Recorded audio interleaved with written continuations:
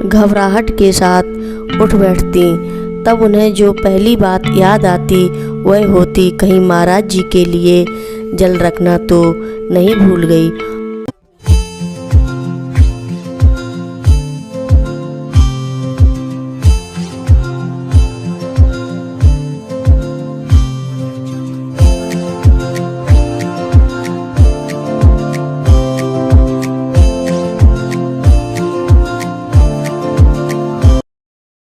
रक्षा सूत्र चैनल पर सभी भक्तों का स्वागत है।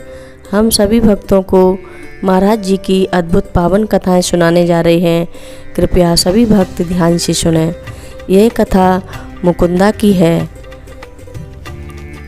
सरकार की महासमाधि का समाचार पाकर मैं तो 11 सितंबर की रात को ही दादा राजीदा आदि के साथ वृंदावन को रवाना हो गया था, परंतु मेरी पत्नी रमा तीनों लड़कों को खिला पिला सुलाकर आंगन में बेचैन टहलती ही रह गई। न आंसू न विषाद, मन मानस में केवल एक विचित्र सी मूकता। तभी 11:30 बजे रात उन्होंने स्पष्ट रूप से महाराज जी की वाणी सुनी, पानी पिला दे, बड़ी जलन हो रही है। तभी ही उन्हें ज्ञात हो गया कि महाराज जी द्वारा त्यक्त पार्थिव शरीर को भस्मीभूत कर दिया गया है। हम तो यही सोचते थे कि अन्य संतों की तरह उनके शरीर को भी पद्मासन में ला भूमि गति कर समाधिस्थ किया जाएगा। वाणी सुनकर शीघ्र ही उन्होंने पूजा घर में रखे महाराज जी के चित्र के आगे कांच के एक गिलास में जल भरकर रख दिया। तब से नित्य ही ऐसे ही जल भरकर महाराज जी के चित्र के आगे रखने का नियम बन गया। फिर भी पत्नी द्वारा उक्त तथ्य सुनकर भी मेरा संकालु मन हृदय से इसे स्वीकार न कर सका। क्या यही पत्नी के मानसिक उथल पुथल का ही नतीजा था कि कल्पना में ही उन्होंने महाराज जी की उक्त वाणी सुनी।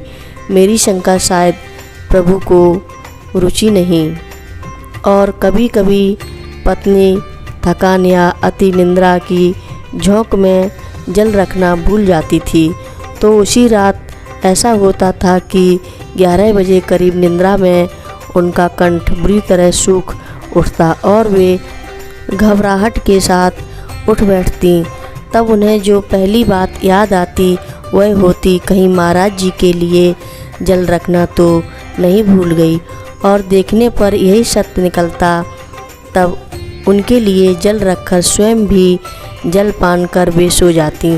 दूसरे दिन ऐसी घटना प्रभु लीला की चर्चा का विषय बन जाती हमारे लिए, परंतु इससे भी मुझ शंकालु को तृप्ति नहीं हो पाई, और एक दिन रात को मैंने प्रभु से चित्र में पूछ ही डाला, सरकार जल ग्रहण करते भी हो या यूँ ही हो रहा है? यह प्रपंच बात हो गई, मैं भी भूल गया सब कुछ। परंतु महाप्रभु कैसे भूलते? जो जल रात को रखा जाता था उसे मैं ही सुबह कुल्ला मंजन कर प्रणाम करने के बाद स्वयं ग्रहण कर लेता था। एक दिन सुबह उठकर कुल्ला आदि कर प्रणाम करने पहुंचा तो देखा कि कांच के गिलास में जल 1/3 ही भरा है।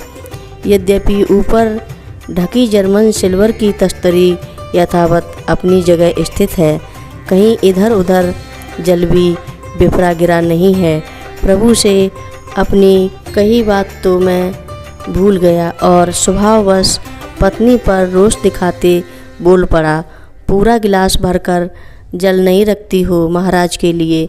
उन्होंने उत्तर दिया कि मैं तो रोज़ ही पूरा गिलास भरकर जल रखती हूँ, और कल रात को तो मुझे पूरी तरह याद है कि पहले कुछ गिर पड़ा था गिलास में, तो वह जल फेंक कर मैंने उसे फिर से भरकर रख दिया था।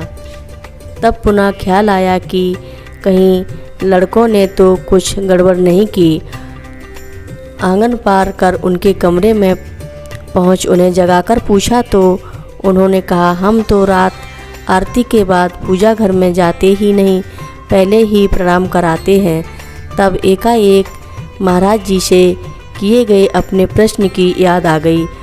अंतर में रोमांच हो आया। मेरे प्रश्न, मेरी शंका का उत्तर दे दिया था महाप्रभु ने। उस दिन वह बचा जल महाप्रभु का परम प्रसाद सब में वितरण कर ही मैंने ग्रहण किया।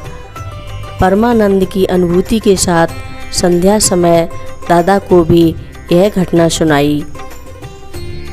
महाराज जी की हर रोज़ कथाएं सुनने के लिए रक्षा सूत्र चैनल को सब्सक्राइब करें, शेयर करें और लाइक करें। घंटी बजाना ना भूलें। महाराज जी की लीलाएं अपरंपार हैं। बोलो नीम करोरी बाबा जी महाराज की जय बोलो।